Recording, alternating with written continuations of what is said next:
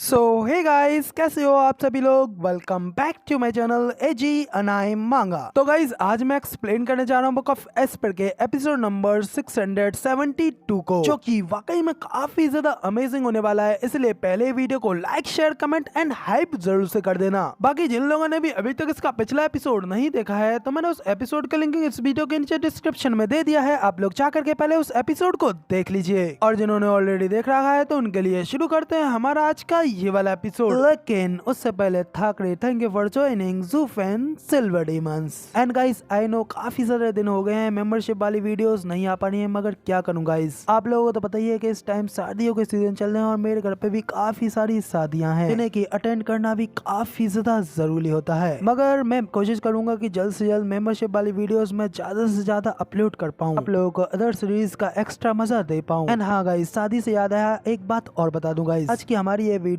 थोड़ी सेडेक्टिव होने वाली है। इसलिए अगर आप लोग घर वालों के पास में बैठे हो, तो अगर उनकी डांट ना खाना चाहते हो, तो सबसे पहले अपने कानों में ईयरफोन्स लगा लें। तो अब इस एपिसोड की स्टार्टिंग में हमें फाइनली ज़ूफेन की शादी का दिन दिखाया जाता है, जहाँ पे हर तरफ पटाखे जल रहे होते हैं, चारों ओर खुशियां होती है और सेक्ट पूरी तरीके से दुल्हन की तरह सजा दिया गया होता है। वहीं पे ज़ूफेन की शादी ऑलरेडी हो चुकी होती है, इसलिए बाकी के सभी लोग इस चीज की खुशियां मनाते हुए एक दूसरे के साथ में जाम टकरा रहे होते हैं और हंसी खुशी बात कर रहे होते हैं। हर तरफ माहौल पूरी तरीके से खुशियों से भरा पड़ा होता है। मगर उसी वक्त हमें एक खतरनाक से रूम का सीन दिखाया जाता है, जिसका आगे गेट धीरे धीरे करके खुल रहा होता है। मगर ये क्या, वो गेट खोलने वाला कोई और नहीं बल्कि दूल्हे के कपड़ों में खड़ा ज़ूफेन होता है। मगर उस रूम के अंदर उसके सामने ब्राइडल के लाल कपड़ों में बैठी हुई होती है the most beautiful girl of this मानवा, मिस चू किंगचैन, जिसे कि दुल्हन के कपड़ों में बैठा हुआ देख ज़ूफेन भी हल्की सी स्माइल करता है और उसके पास आते हुए धीरे धीरे जैसे सौगात वाले दिन होता है वैसे उसके पल्लू को हटाने लगता है। अगर ज़ूफेन जैसे ही पल्लू के हटते ही किंगचैन के चेहरे को देखता है तो वो काफी ज्यादा शॉक रह जाता है। वो किंगचैन की इतनी ज्यादा ब्यूटीफुल खूबसूरती के अंदर पूरी तरीके से डूब चुका होता है। तो इस तरीके से खुद को घुरता हुआ देख कर किंगचैन भी उससे पूछती है कि आखिर तुम मुझे इस तरीके से क्या देख रहे हो। भाई आए है, दुल्हन के लाल कपड़ों में किंगचैन क्या ही कमाल लग रही होती है। इवन के एक पल के लिए तो ज़ूफेन अपने सारे होशो आवाज खो चुका होता है, और जब किंगचैन उसको आवाज लगाती है तब जा करके उसे थोड़ा होश आता है, और फिर होश में आते ही वो किंगचैन की साइड पे बैठता है और उससे कहता है कि भले ही मैं ये अच्छी तरीके से जानता हूँ कि तुम कितनी ज्यादा ब्यूटीफुल हो, और फिर भी हर बार जब कभी भी मैं तुम्हारे इस प्यारे से फेस को देखता हूँ तो मैं बस वहीं पे जाम हो जाता हूँ, और उस पल मुझे किसी भी चीज का कोई होश नहीं होता। और सच कहूँ तो इस पूरी के पूरी दुनिया में कोई भी तुम्हारी खूबसूरती के कंपैरिजन कर ही नहीं सकता। शायद तुम्हें पाने के लिए मैंने अपने पिछले जन्म में जरूर ही किसी दुनिया को बचाया होगा, तब जाकर के भगवान ने इस दुनिया में तुम्हें मेरे लिए बचाया होगा। और सच में अब मुझे अपनी पुरानी जिंदगी को छोड़ने का कोई पछतावा नहीं है। तो अब इधर ज़ूफेन की इस तरीके की चिकनी चुपड़ी बातों को सुनकर तो किंगचैन भी उससे कहती है कि चुप रहो और जरा बताना कि आखिर कौन सा डीमन होगा जो कि दुनिया को सेव करता है। बल्कि डीमंस तो सिर्फ और सिर्फ तबाही में ही शांति को ढूंढते हैं, और यही चीज उन्हें सबसे ज्यादा पसंद है। इस पे ज़ूफेन भी उससे हंसते हुए कहता है कि हाँ बिल्कुल सच है, आखिर मुझ जैसा इंसान दुनिया को कैसे बचा सकता है। लेकिन मैं इस बात की तो जरूर शर्त लगा सकता हूँ कि मैंने आज से पहले कभी भी किसी दुनिया को तबाह नहीं किया है, और इस बार तो स्वर्ग ने तुम्हें मुझे बांधने के लिए और कोई भी तरीके का पाप न करने के लिए मुझे दिया है। तुम्हारे आखिर मेरे पास में होते हुए मैं किसी भी तरीके का बुरा काम कैसे कर सकता हूँ। यहाँ तक कि हेवेंस तो मुझसे बुरी तरीके से डरा हुआ है, इसलिए तो उसने मुझे अब यहाँ पे हनी ट्रैप में फंसा दिया। तो सुन किंगचैन भी ज़ूफेन से कहती है कि हनी ट्रैप, आखिर किस तरीके का हनी ट्रैप। हाँ, मैंने तो तुम्हें कभी भी लुभाने की कोई कोशिश नहीं की। ज़ूफेन तो सीधा किंगचैन के फेस के बेहद ही ज्यादा करीब आ जाता है और उसकी आंखों में देखते हुए कहता है कि क्या तुम अपने पति को सेड्यूस करना नहीं चाहती थी। इससे किंगचैन का फेस तो लाल हो जाता है और वो काफी ज्यादा ब्लश करने लगती है। क्यूट सी अदाओं के साथ में अपने होठों को दबाते हुए पीछे की ओर हटने लगती है। तो देख ज़ूफेन तो उससे कहता है कि ठीक है फिर, अब क्योंकि तुम मुझे फंसाना नहीं चाहती हो, अब लगता है कि मुझे ही थोड़ा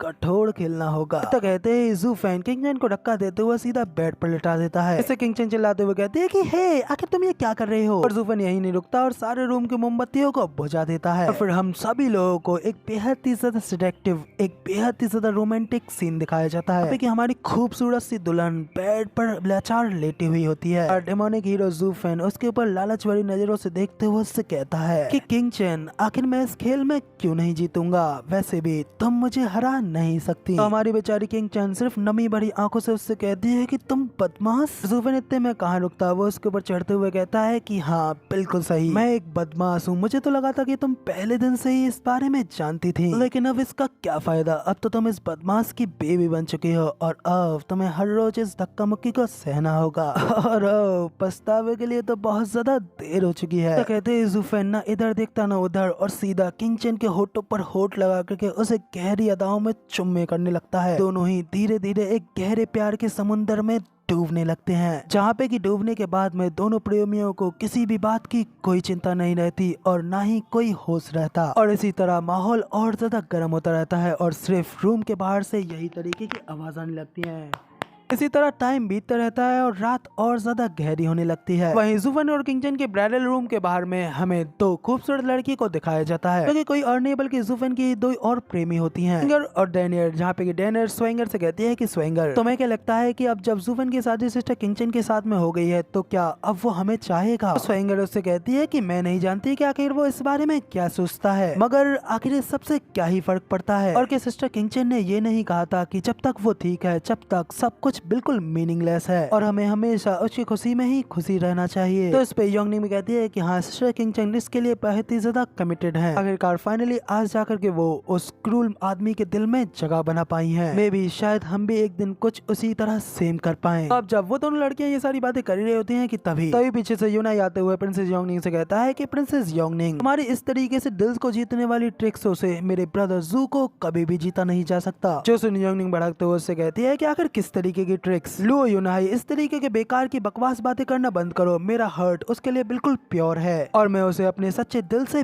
प्यार करती हूँ। तो यूनाई भी कहता है कि हाँ प्रिंसेस का दिल बिल्कुल प्योर है, मगर बिल्कुल मेरी बड़ी बहन की तरह ही तुम जूफेन को पोजेस कर उसे पाने की इच्छा रखती हो, मगर सिस्टर किंग चैन के पास में ब्रदर जू को लेकर के इस तरीके की डिजायर इस तरीके की इच्छा कोई भी नहीं है और मुझे लगता है कि यही वो रीजन है जिस वजह से ब्रदर जू ने उन्हें हमेशा के लिए अपने लिए एक्सेप्ट किया है। अब एंड तक वो सिर्फ उन्हीं के बने रहेंगे। तो अब यूनाई की सारी बातें सुन योंगनिंग में अपने मन में कहती है कि हाँ ये बात बिल्कुल सच है। चू किंग चैन के कंपैरिजन में हम सभी के अंदर उसे लेकर के कुछ हद तक स्वार्थ छुपा हुआ है। हम सभी के सभी सिर्फ और सिर्फ अपने लिए ही जूफेन को चाहते हैं। यूनाई भी थोड़ा सैड फेस बनाते हुए अपने मन में कहता है कि आखिर अब मेरी बहन इस सब चीज को कैसे झेल पाएगी। तो इसी के साथ में यहाँ पे हमारा सीन चेंज होता है और अगले सीन में हमें अगली सुबह का सीन दिखाया जाता है, जहाँ पे कि हमें जूफेन के उसी ब्राइडल रूम का सीन दिखाया जाता है। मस्ट अपने बेड के ऊपर नंगू पंगू सोया हुआ होता है। अभी उसका हाइट थोड़ा साइड पे जाता है और वहाँ पर जब कोई नहीं दिखता अचानक से किंग चैन को अपने साइड पे ना देख जूफेन काफी ज्यादा शॉक हो जाता है और जल्दी से घबरा करके उठते हुए किंग चैन को आवाज लगाता है कि किंग चैन। और वहीं सामने टेबल पे बैठकर किंग चैन अपने कॉम्ब से अपने बालों को संभाल रही होती है और जूफेन का मजाक उड़ाते हुए कहती है कि ये क्या हमेशा सतर्क रहने वाला स्टीवर्ट जू आज लड़कियों की तरह सो गया। क्या आपको डर नहीं लगता कि कहीं तुम्हारे ऊपर कोई नींद में हमला कर दे। तो कहते हुए भाई किंग चैन एक और बार मुड़ करके देखती है और अपनी अदा के साथ में सारी ऑडियंस के दिल को लूट जाती है।